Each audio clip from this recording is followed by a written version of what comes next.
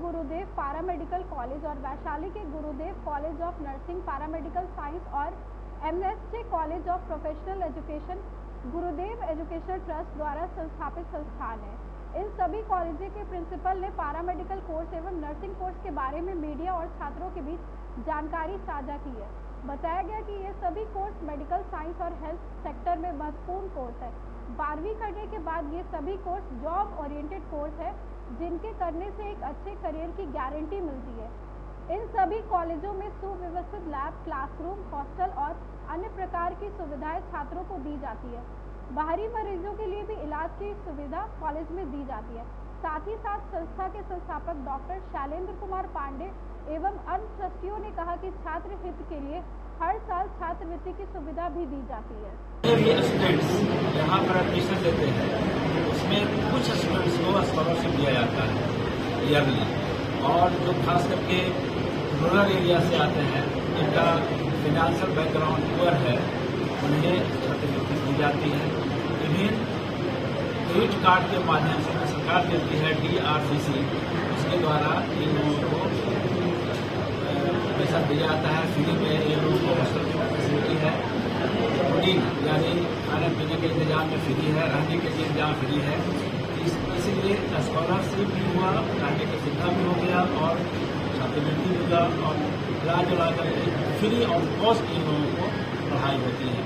यहाँ पर अच्छे टीचर हैं।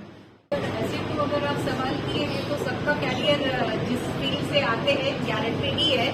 अपनी इंटरेस्ट के ऊपर है कि किसको कौन सा कैरियर चुनना अच्छा लगता है, और सभी कोर्सेज पैरेलली चलते हैं। सबको डिग्री के बाद सबको जॉब मिलता है और सभी इक्वल है। आप अगर हमसे पूछें, इक्वल कोर्सेज। जब हम लोगों ने 12th पास किया था तो हम लोग के पास बायोलॉजी वाले लोग लड़के के लिए सिर्फ एक ही कैरियर होता था, वो होता था सिर्फ एमबीबीएस बहुत कॉम्पिटिटिव, बहुत टाइट एग्जामिनेशन होता है, उसमें बहुत ब्राइट बच्चे, हम लोग भी इंटेलिजेंट बच्चे थे, कुछ ही नंबर से छठे थे, तो ऑप्शन उस समय बहुत कम था। ये कोर्स इस तरह था ही नहीं सभी 20-25 साल पहले। मगर ये कोर्स मैंने पहले भी बोला, फिर से बोल रहा हूँ, ये एक वाइड शॉर्ट ड्यूरेशन कोर्स है।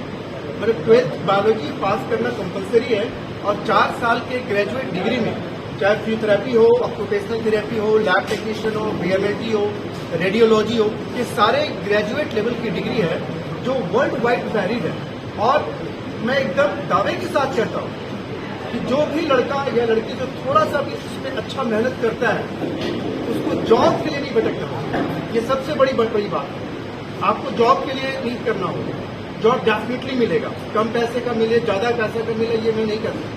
दूसरी बात, क्योंकि ये फील्ड इतना ग्रोइंग फील्ड है वर्ल्ड वाइड कि सिर्फ गवर्नमेंट एम्प्लॉयमेंट तो है ही है, चाहे बिहार गवर्नमेंट देती है, चाहे भारत सरकार भी देती है, मगर कॉर्पोरेट वर्ल्ड आज इसमें इन्वॉल्व है।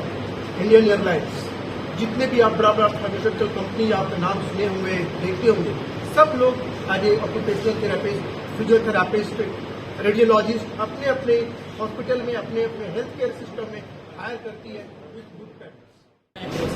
लैब से रिलेटेड कि बच्चे को हम लोग क्या प्रोवाइड करते हैं, कैसे लैब करवाते हैं, या कैसे हमारा एकेडमी चलता है। हम यहाँ के एकेडमिक हेड हैं, ठीक है। तो इसके नजरिए से हमारे गुरुदेव पैरामेडिकल कॉलेज में होता क्या है कि हम लोग कुछ दिन जो होता है वो शेड्यूल कर देते हैं थ्योरी का क्लास। उसका वो थ्योरी क्लियर होने के बाद हम लोग प्रैक्टिकल क्लास शेड्यूल करते हैं।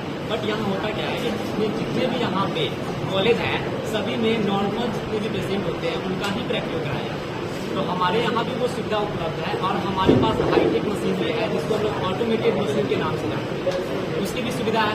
हम लोग यहाँ पे वो तो करवाते ही हैं, लेकिन बात रही है कि बच्चे नॉर्मल पेशेंट पे सीखने के बाद जब हॉस्पिटल जाते हैं तो एबनॉर्मल पेशेंट पे करने में उनको थोड़ी प्रॉब्लम आती है, जिसके कारण उनको जॉब को लेकर के प्रॉब्लम आती है।